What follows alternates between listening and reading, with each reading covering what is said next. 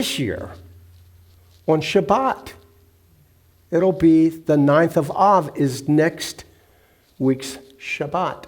It will also be the first Torah portion of Devarim, the 5th book of Moshe, the words, the sermon, Moshe's final words, last words to the children of Israel. So I want to ask you to think about some things. First of all, do you identify with Yisrael, with Jews, with Judaism, to the same level that you identify with Christianity and Yeshua? I want you to reflect on that. There's some other things I want you to reflect on as well. And one of those is to get us into a frame of mind of understanding of the significance of the 9th of Av. The 9th of Av is the day historically that the temple was destroyed in 70 CE. It was destroyed earlier. The temple had been destroyed before. It also had been destroyed, leading into Babylonian captivity on the 9th of Av.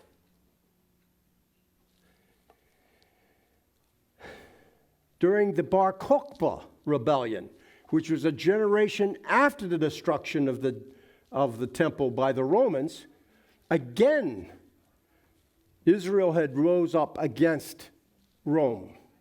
And that rebellion was put down brutally, and there was a huge massacre, the worst massacre during the Bar Kokhba rebellion was on the 9th of Av. The Sanhedrin had proclaimed Bar Kokhba as the Messiah.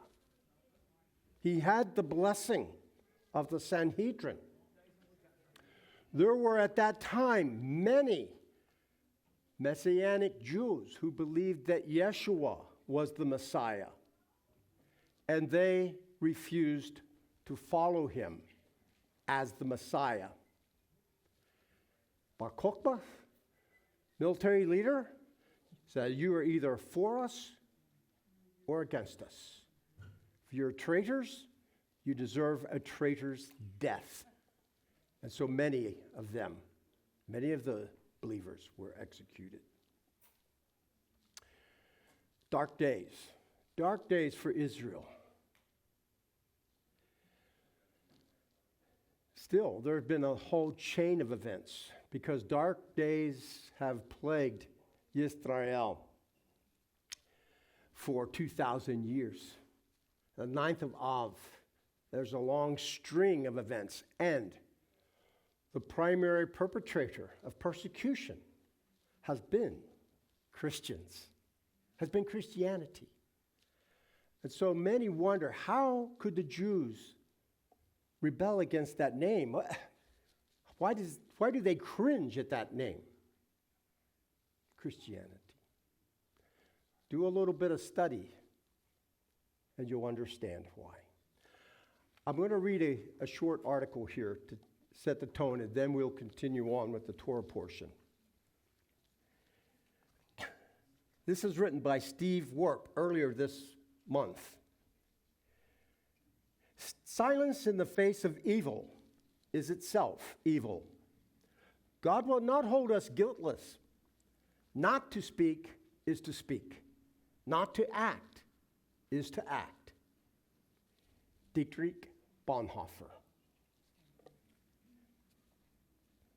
For most of us, the Holocaust was a repulsive event committed against the Jews by the Nazis during World War II.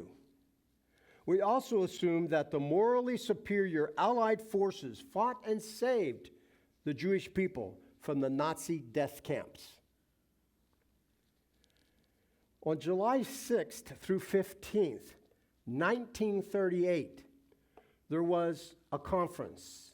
It's called the Evian Conference. It was an international conference.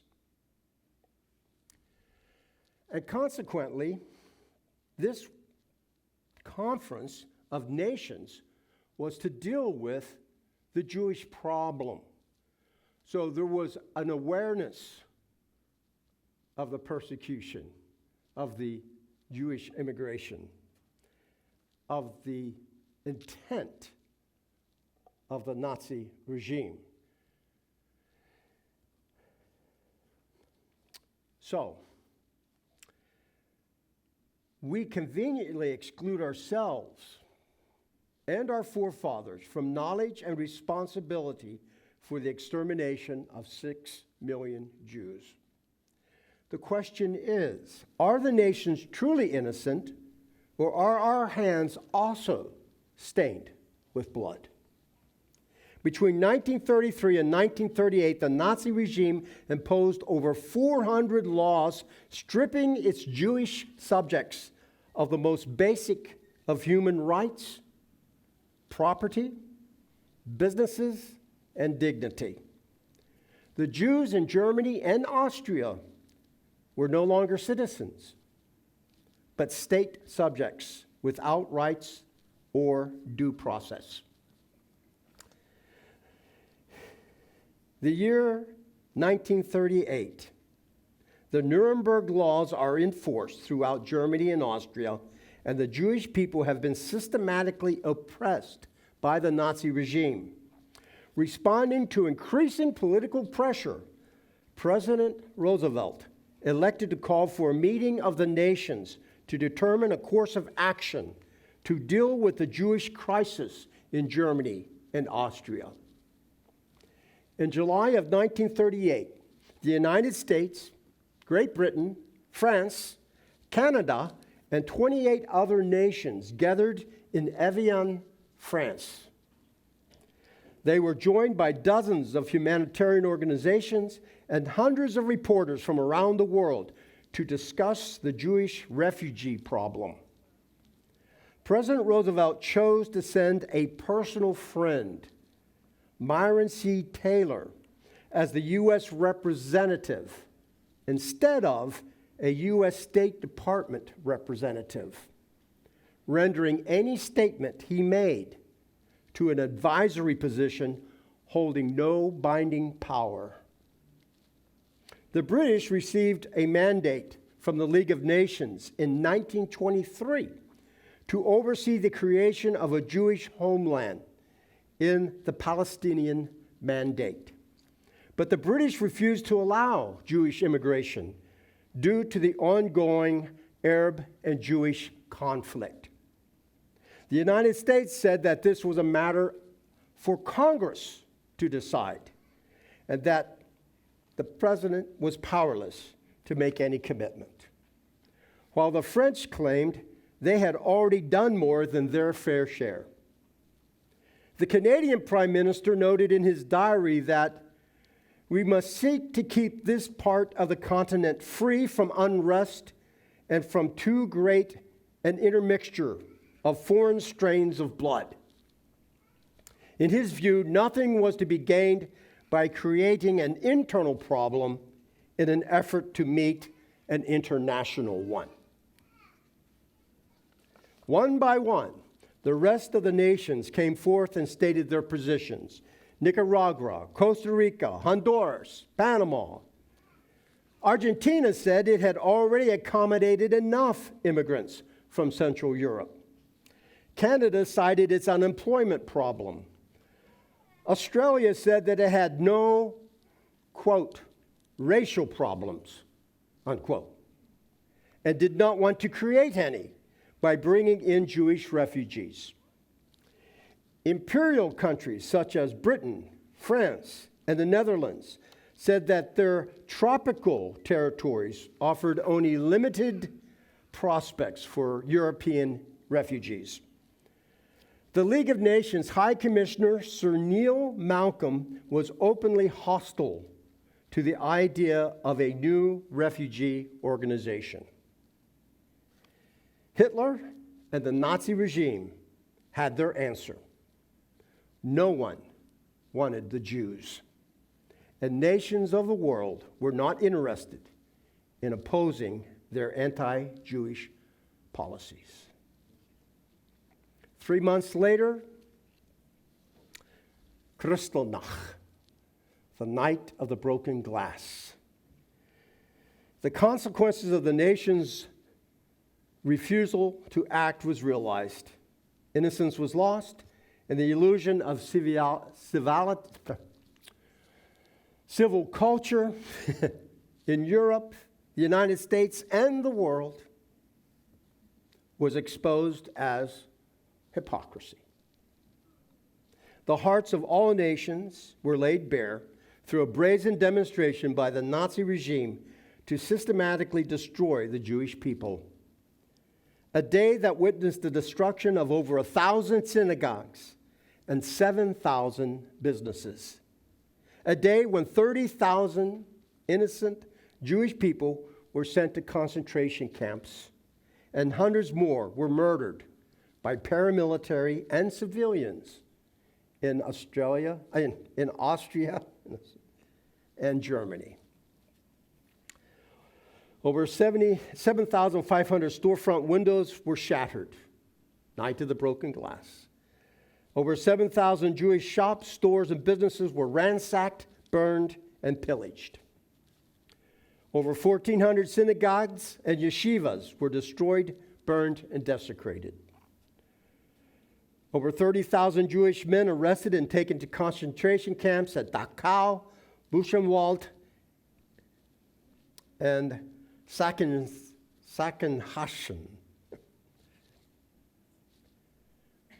Over 91 Jews were murdered and thousands beaten and humiliated in their homes and on the streets. This took place in the very heartland of Christian Europe, the bastion of the Reformation and the center for Protestant theology. All this without even a whimper from the pulpits, let alone by the church as an institution. The only sound heard was the deafening silence. The only crime of the Jews was that they were called by the name of our God.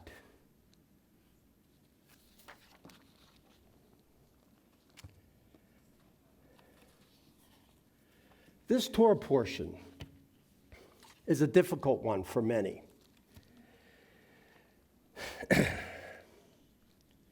Moses shows intense anger at the commanders of the army, of the military. Why? Because they showed mercy to women.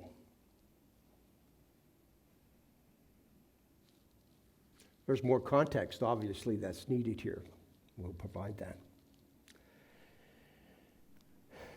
He also was upset with the tribes of Reuben and Gad, because they petitioned him to not go with the rest of the children of Israel to claim their heritage in the promised land. They wanted to settle to the east of the Jordan River.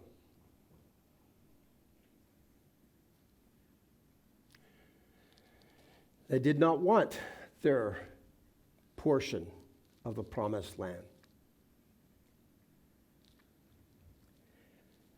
Moses said, "This is just like your fathers."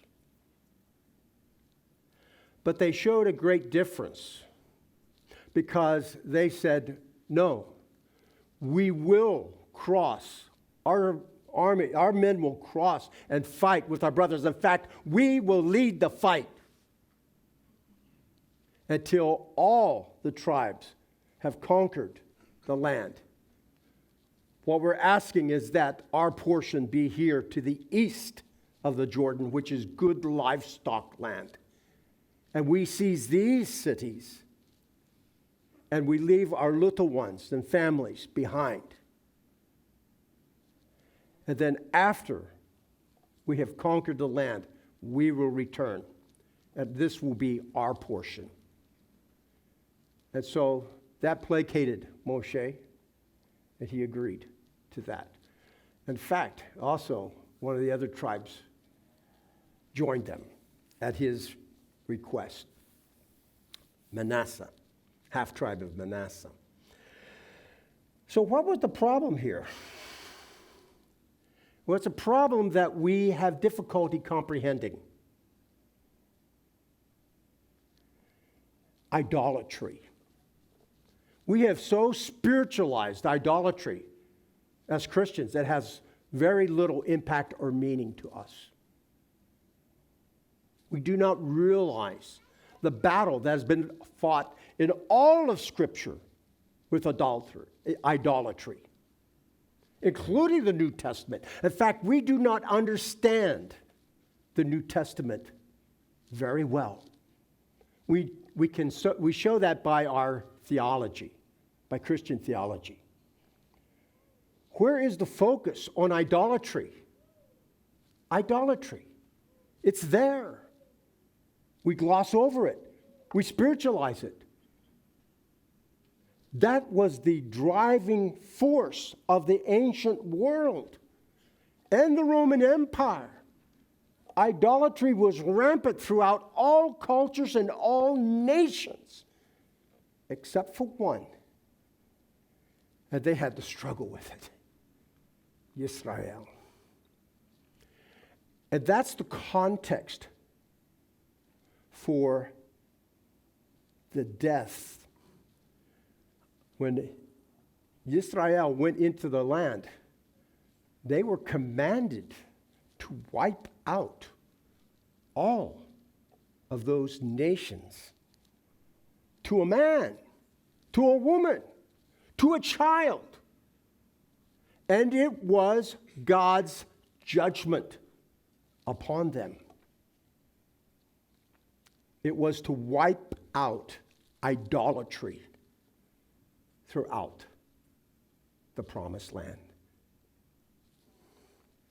We have no conception of it. But we need to focus on that if we're going to really understand this Torah portion and the drastic measures that were taken and how difficult it was.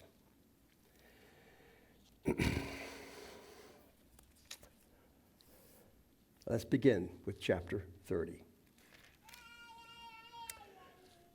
Then Moshe spoke to the heads of the tribes of the people of Israel. He said, "Here is what Adonai has ordered. When a man takes a vow to Adonai, or formally obligates himself by swearing an oath, he is not to break his word, but is to do everything he said he would do. When a woman makes a vow to Adonai, formally obligating herself while she is a minor living in her father's house, then, if her father has heard what she vowed or obligated herself to do and holds his peace, then all her vows remain binding. Every obligation she has bound herself to will stand. But if on the day her father hears it, he expresses his disapproval, then none of the vows or obligations she has bound herself to will stand. And Adonai will forgive her because her father expressed his disapproval. If having made vows or rashly committed herself to an obligation, she gets married, and her husband hears, but holds his peace with her on the day he learns of it, then her vows and obligations she has bound herself to will stand. But if her husband expresses his disapproval on the day he hears it, he will void the vow which is on her and the obligation to which she has bound herself, and Adonai will forgive her. The vow of a widow, however, or of a divorcee, including everything to which she has obligated herself, will stand against her. If a woman vowed to her husband's house or obligated herself with an oath, and her husband heard it but held his peace with her and did not express disapproval, then all her vows and obligations will stand. But if her husband makes them null and void on the day he hears them, then whatever she said, vows or binding obligation, will not stand. Her husband has voided them, and Adonai will forgive her. Her husband may let every vow and every binding obligation stand, or he may void it. But if her husband entirely holds his peace with her, day after day, then he confirms all her vows and obligations. He must let them stand, because he held his peace with her on the day he heard them. If he makes them null and void after he has heard them, then he will bear the consequent guilt. These are the laws which Adonai ordered Moshe between a man and his wife, and between a father and his daughter, if she is a minor living in her father's house. Chapter 31. Adonai said to Moshe, on behalf of the people of Israel, take vengeance on the Midianim. After that, you will be gathered to your people. Wow. Moshe said to the people, equip men from among yourselves for war. They are to go and fight Midian in order to carry out Adonai's vengeance on Midian. You are to send to the war 1,000 men from every one of Israel's tribes. So out of the thousands of people in Israel, 1,000 armed men from each tribe, 12,000 altogether, were mustered for war. Moshe sent them, 1,000 from each tribe, to the war. He sent them, and Pinchas, the son of Eleazar, the Kohen, to the war, with the holy utensils and the trumpets for sounding the alarm in his care. They fought against Midian, as Adonai had ordered Moshe, and killed every male. They killed the kings of Midian, along with the others who were slain: Evi, Rechem, Zur, Hur, and Reva, the 5 kings of Midian. They also killed Bilam, the son of Beor, with the sword. The people of Israel took captive the women of Midian and their little ones, and they took as booty all their cattle, flocks, and other goods. They set fire to all their cities in the areas where they lived and all their camps. They took all the booty, all the people and animals they had captured, and brought the captives' booty and spoil to Moshe, Eleazar the Kohen, and the community of Israel in the camp on the plains of Moab, by the Jordan, across from Jericho. Moshe, Eleazar the Kohen, and all the community leaders went to meet them outside the camp.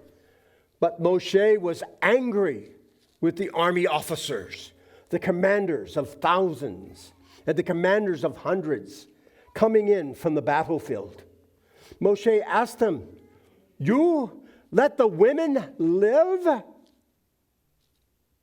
Why, these are the ones who, because of Bilam's advice, caused the people of Israel to rebel, breaking faith with Adonai in the Peor incident, so that the plague broke out among Adonai's community. Now, kill every male among the little ones, and kill every woman who has slept with a man. But the young girls who have never slept with a man, keep alive for yourselves. Pitch your tents outside the camp for 7 days. Whoever has killed a person or touched the corpse of someone slain, purify yourselves on the 3rd and 7th days, you and your captives. Also, purify every garment, whether of skin or goat's hair, and everything made of wood. Eleazar the Kohen said to the soldiers who had gone to the front, "This is the regulation from the Torah, which Adonai has ordered Moshe. Even though gold, silver, brass, iron, tin, and lead can all withstand fire, so that you are indeed to purify everything made of these materials by having them pass through fire. Nevertheless, they must also be purified with the water for purification. Everything that can't withstand fire, you are to have go through the water. On the 7th day, you are to wash your clothes, and you will be clean. After that, you may enter the camp." Adonai said to Moshe, "Take all the booty, both people and animals, you, Eleazar the Kohen, and the leaders of the clans in the community, and divide the booty into 2 parts, half for the experienced soldiers who went out to battle, and half for the rest of the community. From the portion of the soldiers who went out to battle, levy a tax for Adonai consisting of 1/500th of the persons, cattle, donkeys, and sheep. Take it from their half and give it to Eleazar the Kohen as a portion set apart for Adonai. From the half that goes to the people of Israel, you are to take 1/50th of the persons and of the cattle, donkeys, and sheep, that is, of all the livestock, and give them to the Leviim, taking care of the tabernacle of Adonai." Moshe and Eleazar the Kohen did as Adonai had ordered Moshe. The booty over and above the portion which the soldiers took came to 675,000 sheep, 72,000 cattle, 61,000 donkeys, and 32,000 persons in all, consisting of the women who had never slept with a man. The half which was the proportion of the soldiers who went out to fight numbered 337,500 sheep, of which Adonai's tribute was 675. 36,000 cattle, of which Adonai's tribute was 72. 30,500 donkeys, of which Adonai's tribute was 61. And 16,000 persons, of whom Adonai's tribute was 32 persons. Moshe gave the tribute set apart to Eleazar the Kohen, as Adonai had ordered Moshe. From the half that went to the people of Israel, which Moshe separated from that of the men who had gone to fight, now the community's half consisted of 337,500 sheep, 36,000 cattle, 30,500 donkeys, and 16,000 persons. From the people of Israel's half, Moshe took 1/50th of the persons and animals and gave them to the Leviim, taking care of the tabernacle of Adonai, as Adonai had ordered Moshe. The officers in charge of the thousands who fought, the commanders of thousands, the commanders of hundreds, approached Moshe and said to him, "Your servants have counted all the soldiers under our command, and not one of us is missing. We have brought an offering for Adonai, what every man has obtained in the way of gold jewelry, armlets, bracelets, signet rings, earrings, and belts to make atonement for ourselves before Adonai. Moshe and Eleazar the Kohen accepted their gold, all the jewelry, all the gold in this gift, which the commanders of thousands and the commanders of hundreds set apart for Adonai, weighed 420 pounds. For the soldiers had taken booty, every man for himself. Moshe and Eleazar the Kohen took the gold from the commanders of thousands and of hundreds and brought it into the tent of meeting as a reminder for the people of Israel before Adonai. Chapter 32. The descendants of Reuben and the descendants of Gad had vast quantities of livestock. When they saw that the land of Yazer and the land of Gilad were good for livestock, the descendants of Gad and Reuben came and spoke to Moshe, Eleazar the Kohen, and the community leaders. They said, Tarot, Devon, Yazer, Nimrah, Heshbon, Elaleh, Savam, Nevo, and Beon. The country that Adonai conquered before the community of Israel is livestock country. And your servants have livestock. If you regard us favorably, they went on, let this land be given to your servants as their possession, and don't have us cross the Jordan. Moshe answered the descendants of Gad and of Reuben, are you brothers to go to war? Are your brothers to go to war while you stay here? Besides, why are you trying to discourage the people of Israel from crossing into the land Adonai gave them? This is what your fathers did when I sent them from Kadesh Barnea to see the land. For when they went up to the Eshcol Valley and saw the land, they disheartened the people of Israel so that they wouldn't enter the land of Adonai had given them.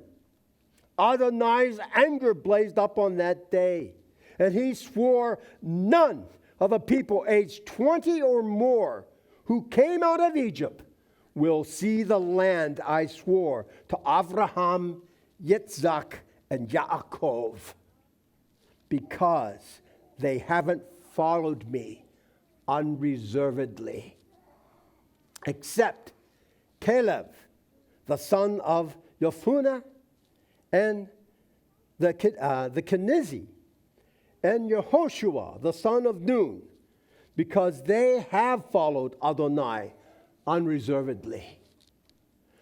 Thus Adonai's anger blazed against Israel, so that he made them wander here and there in the desert 40 years, until all the generation that had done evil in the sight of Adonai had died out. Now you, another brood of sinners, have arisen in your father's place to increase still more the fierce anger of Adonai toward Israel. For if you turn away from him, he will leave them in the desert again, and thus you will cause the destruction of all these people. But they came up to him and said, here, we will build enclosures for our livestock and cities for our little ones.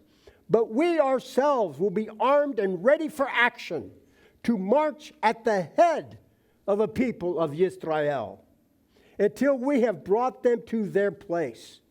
Our little ones will stay in the fortified cities here because of the people now living in the land.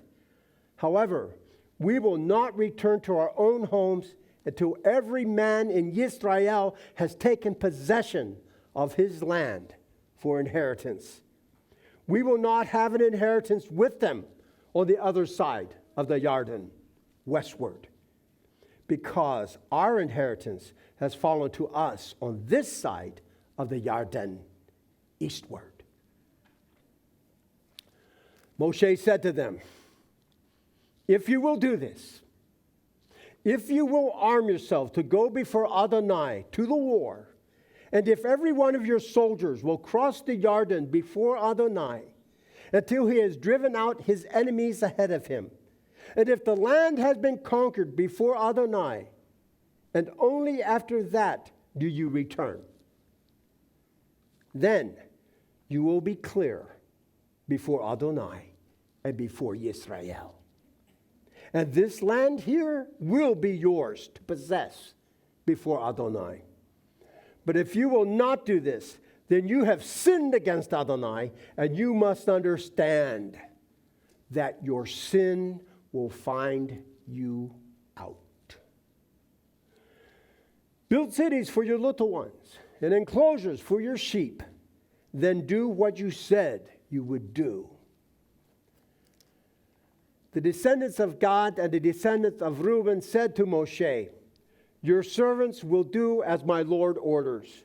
Our little ones, wives, flocks, and all our livestock will be there in the cities of Gilad. But your servants will cross over, every man armed for war, before Adonai to do battle, as my Lord says.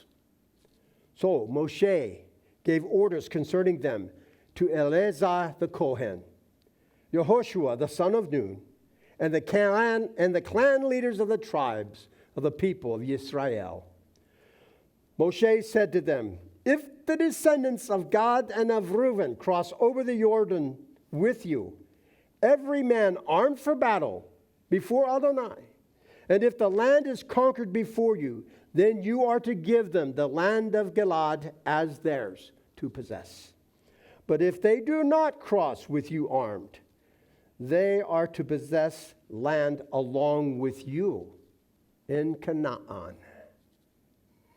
The descendants of Gad and of Reuben answered, we will do as Adonai has said to your servants. We will cross over into the land of Canaan armed before Adonai, and the land we will possess for inheritance will be on this side of the Jordan. So Moshe gave the descendants of Gad and of Reuben, and also to the half-tribe of Manasseh, the son of Joseph, the kingdom of Sichon, king of the Amori, and the kingdom of Og, king of Bashan, the country and its cities within its borders, along with their surrounding towns. The descendants of Gad built Devon, Tarot, Aurora, Atrot Shofan, Yazer, Yogbehar, Beit Nimrah, and Beit Haran, fortified cities, and also enclosures for sheep. The descendants of Reuben built Heshbon, Elalah, Kiryatayim, Navo, Baal Ma'on. These names have been changed. And Sivma. They renamed the cities they built. The descendants of Machir, the son of Manasseh, went to Gilad and conquered it, dispossessing the Amori who were there. Moshe gave Gilad to Machir, the son of Manasseh, and he lived in it. Yair, the son of Manasseh, went and captured its villages and called them Havot Yair. Novak went and captured Kanat with its villages and named it Novak, after himself. Chapter 33. These are the stages in the journey of the people of Israel as they left the land of Egypt, divided into groups under the leadership of Moshe and Aaron. Moshe recorded each of the stages of their journey by order of Adonai. Here are the starting points of each stage. They began their journey from Ramses in the first month. On the 15th day of the first month, the morning after Pesach, the people of Israel left proudly in view of all the Egyptians, while the Egyptians were burying those among them whom Adonai had killed. All their firstborn. Adonai had also executed judgment on their gods. the people of Israel moved on from Ramses and camped at Sukkot. They moved on from Sukkot and camped at Etam, by the edge of the desert.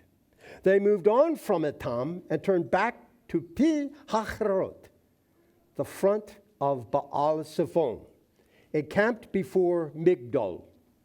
They moved on from Penei Hacharot, passed through the sea to the desert, continued 3 days' journey into the Etam desert, and camped at Marah. They moved on from Marah and came to Elim. In Elim were 12 springs and 70 palm trees, so they camped there. They moved on from Elim and camped by the Sea of Suf. They moved on from the Sea of Suf and camped in the Sin desert. They moved on from the Sin desert and camped at Dovka. They moved on from Dovka and camped at Alush. They moved on from Alush and camped at Rephidim, where there was no water for the people to drink. They moved on from Rephidim and camped in the Sinai desert. They moved on from the Sinai desert and camped at Kivrot HaTa'avah. They moved on from Kivrot HaTa'avav and camped in Hatzerot. They moved on from Hatzerot and camped at Ritma. They moved on from Ritma and camped at Rimmon Peretz. They moved on from Rimmon Peretz and camped at Livna. They moved on from Livna and camped at Rissa. They moved on from Rissa and camped at Kehelah. They moved on from Kehelah and camped at Mount Sephir. They moved on from Mount Sephir and camped at Haradah. They moved on from Haradah and camped at Makhelot. They moved on from Makhelot and camped at Tachat. They moved on from Tachat and camped at Tarak. They moved on from Tarak and camped at Mitka. They moved on from Mitka and camped at Ha-Shomona. They moved on from Ha-Shomona and camped at Moserot. They moved on from Moserot and camped at Bnei Ya'akan. They moved on from Bnei Ya'akan and camped at Hor HaGedat. They moved on from Hor HaGedat and camped at Yotvatah. They moved on from Yotvatah and camped at Avronah. They moved on from Avronah and camped at Etzion Gever. They moved on from Etzion Gever and camped in the Tzin desert, that is, Kadesh. They moved on from Kadesh and camped at Mount Hor at the border of the land of Edom. At Adonai's order, Aharon, the Kohen, went up on Mount Hor, and he died there on the first day of the 5th month of the 40th year after the people of Israel had left the land of Egypt. Aharon was 123 years old when he died on Mount Hor. The Kenaani, king of Arad, who lived in the Negev in the land of Canaan, had heard that the people of Israel were coming. So they moved on from Mount Hor and camped at Zalmonah. They moved on from Zalmonah and camped at Punon. They moved on from Punon and camped at Ovot. They moved on from Ovot and camped at Le'eh HaAvarim, by the border of Moab. They moved on from Le'im and camped at Devon Gad. They moved on from Devon Gad and camped at Alma Divlatayim. They moved on from Alma Divlatayim and camped in the Avarim range in front of Nevo. They moved on from the Avarim range and camped in the plains of Moab by the Yarden across from Jericho. Their camp by the Yarden extended from Beit Ha-Yeshimot all the way to Avel Ha-Shittim in the plains of Moab. Adonai spoke to Moshe in the plains of Moab by the Jordan across from Jericho, he said, to tell the people of Israel, when you cross the Jordan into the land of Canaan, you are to expel all the people living in the land from in front of you. Destroy all their stone figures. Destroy all their metal statues. And demolish all their high places. Drive out the inhabitants of the land and live in it, for I have given the land to you to possess. You will inherit the land by lot according to your families. You are to give more land to the larger families and less to the smaller ones. Wherever the lot falls to any particular person, that will be his property. You will inherit according to the tribes of your ancestors. But if you don't drive out the inhabitants of the land from in front of you, then those you allow to remain will become like thorns in your eyes and stings in your sides. They will harass you in the land where you are living. And in this event, I will do to you what I intended to do to them. Chapter 34. Adonai told Moshe to give this order to the people of Israel. When you enter the land of Canaan, it will become your land to pass on as an inheritance. The land of Canaan as defined by these borders. Your southern portion will extend from the Tzin Desert close to the border of Edom. The eastern terminus of your southern border is at the end of the Dead Sea. From there, your border turns, goes south of the Arabim ascent, and passes on to Tzin. From there, it goes south of Kadesh Barnea, on to Hatzah Adar, and on to Atzmon.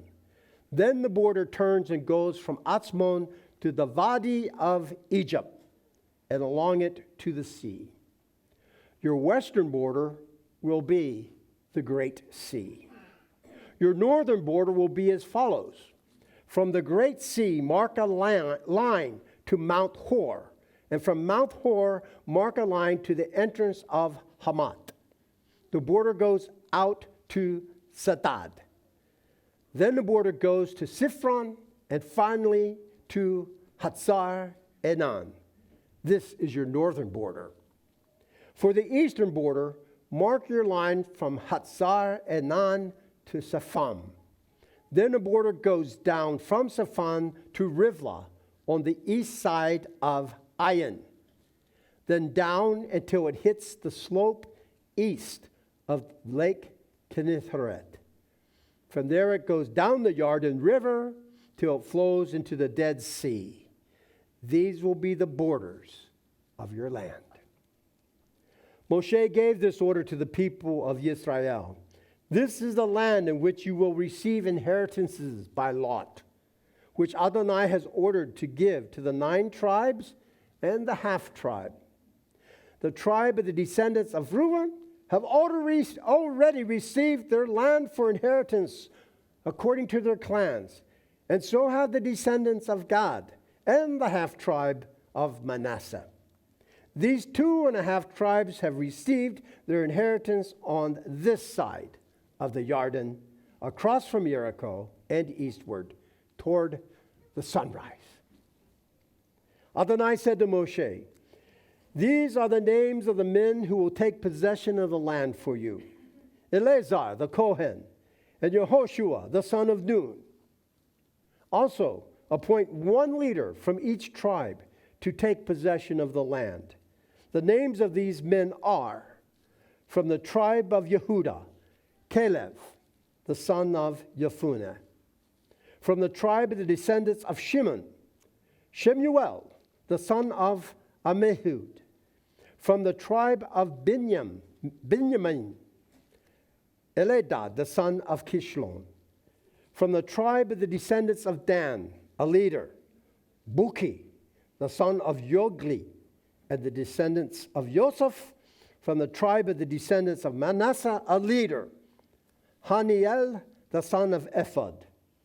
From the tribe of the descendants of Ephraim, a leader, Kemuel, the son of Shiftan. From the tribe of the descendants of Zebulun, a leader, Elitzaphan, the son of Parnach. From the tribe of the descendants of Yishakar, a leader, Paltiel, the son of Azan. From the tribe of the descendants of Asher, a leader, Akahud, the son of Shalomi. From the tribe of the descendants of Naphtali, a leader, Pedahel, the son of Aminihud. These are the ones whom Adonai ordered to divide the inheritance among the people of Israel in the land of Canaan. Chapter 35. In the plains of Moab, by the Jordan, across from Jericho, Adonai said to Moshe, order the people of Israel to give to the Leviim cities to live in, from the heritage they will possess. And you're also to give the Leviim some of the open land surrounding the cities. They are to have the cities to live in, while their open land will be used for their livestock, for growing crops, and for all their animals. The open land around the cities you give to the Leviim is to commence at a line drawn around the city wall, 1,500 feet outside it, and is to extend outward from there. Measure 3,000 feet outward from the city wall to the east, south, west, and north, with the city in the center. The space between the 1,500-foot line and the 3,000-foot line will be their open land around the cities. The cities you give to the Leviim are to be the 6 cities of refuge, to which you permit the person who kills someone to flee to, plus an additional 42 cities. Thus you will give the Leviim 48 cities with their surrounding open land. As to the cities you will give from those the people of Israel possess, from the many you will take many, and from the few you will take few. Each tribe will contribute from its cities to the Leviim in accordance with the size of its inheritance. Adonai said to Moshe, tell the people of Israel, when you cross the Jordan into the land of Canaan, you are to designate for yourselves cities that will be cities of refuge for you, to which anyone who kills someone by mistake can flee. These cities are to be a refuge for you from the dead person's next of kin, who might otherwise avenge his kinsman's death by slaying the killer prior to his standing trial before the community. In regard to the cities you are to give, there are to be 6 cities of refuge for you. You are to give 3 cities east of the Jordan and 3 cities in the land of Canaan. They will be cities of refuge. These 6 cities will serve as refuge for the people of Israel, as well as for the foreigner and resident alien with them, so that anyone who kills someone by mistake may flee there. However, if he hits him with an iron implement and thus causes his death, he is a murderer. The murderer must be put to death. Or if he hits him with a stone in his hand, big enough to kill someone, and he dies, he is a murderer. The murderer must be put to death. Or if he hits him with a wood utensil in his hand, capable of killing someone, and he dies, he is a murderer. The murderer must be put to death. The next of kin avenger is to put the murderer to death himself upon meeting him. He is to put him to death. Likewise, if he shoves him out of hatred or intentionally throws something at him, causing his death, or out of hostility, strikes him with his hand so that he dies, then the one who struck him must be put to death. He is a murderer, and the next of kin avenger is to put the murderer to death upon meeting him.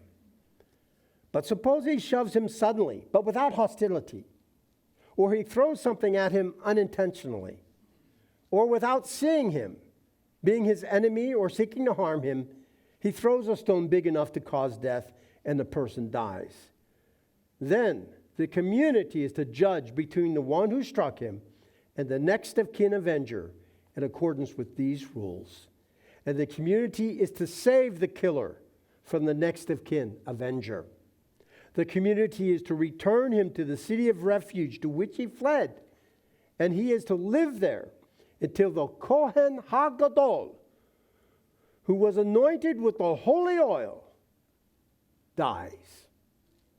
But if the killer ever goes beyond the limits of the city of refuge he fled to, and the next of kin avenger finds him outside the limits of his city of refuge, and the avenger kills the killer, he will not be guilty of the man's blood, because he must stay in his city of refuge until the death of the Kohen HaGadol. But after the death of the Kohen HaGadol, the killer may return to the land he owns. These things shall constitute your standard for judgment through all your generations, wherever you live. If anyone kills someone, the murderer is to be put to death upon the testimony of witnesses. But the testimony of only one witness will not suffice to cause a person to be put to death. Also, you are not to accept a ransom in lieu of the life of a murderer condemned to death. Rather, he must be put to death. Likewise, you are not to accept for someone who has fled to his city of refuge a ransom that would allow him to return to his land before the death of the Kohen. In this way, you will not defile the land in which you are living, for blood defiles the land. And in this land, no atonement can be made for the blood shed in it, except the blood of him who shed it. No, you are not to defile the land in which you live and in which I live. For I, Adonai, live among the people of Yisrael. Chapter 36. The leaders of the clans of the family of the descendants of Gilad, the son of Machir, the son of Manasseh, of the families of the descendants of Joseph, approached and addressed Moshe and the leaders, the heads of the clans of the people of Israel. They said, Adonai ordered my Lord to give by lot the land to be inherited by the people of Israel. And my Lord was ordered by Adonai to give the inheritance of our kinsman, Zelophehad, to his daughters. But if they get married to anyone belonging to another of the tribes of the people of Israel, then their inheritance will be taken away from the inheritance of our ancestors and be added to the inheritance of the tribe they will then belong to. Thus it will be taken away from the sum total of our inheritance. And when the Yovel of the people of Israel comes, their inheritance will be added to the land possessed by the tribe they will then belong to, and be subtracted from the inheritance belonging to the tribe of our ancestors. Moshe gave this order to the people of Yisrael in keeping with the word of Adonai. The tribe of the descendants of Joseph is right in what he says. Here is what Adonai has ordered concerning the daughters of Zelophehad. Let them be married to whomever they think best, but they must marry only into a family from their father's tribe. In this way, no inheritance of the people of Israel will move from one tribe to another. For each of the people of Israel is to hold on to the land for inheritance belonging to their father's tribe. Every daughter who possesses an inheritance in any tribe of the people of Israel is to become the wife of someone from the family of her father's tribe. so that every one of the people of Israel will stay in possession of his ancestors' inheritance. Thus, no inheritance will move from one tribe to another, for each of the tribes of the people of Israel will hold on to its own inheritance. The daughters of Zelophehad did as Adonai had ordered Moshe. Maklah, Tirzah, Hoglah, Milcah, and Noah all got married to sons of their father's brothers. They were married into the families of the descendants of Manasseh, the son of Joseph, and their inheritance remained in the tribe of their father's family. These are the mitzvot and rulings which Adonai gave through Moshe to the people of Yisrael in the plains of Moab by the Jordan across from Jericho. Hazak, hazak, v'nis chazak. Be strong, and let us be strengthened. Time is past due, so I apologize for not giving you time to ask any questions. But feel free afterwards in the fellowship hall to approach me with any questions you may have. I'm sure I'll be able to find someone who can answer it, hopefully. Otherwise, alternatively, we do have the Torah portion being studied at 1,500 hours, right, with Miriam Evans. So that would be a great opportunity as well for you to bring your questions and concerns. Shabbat Shalom.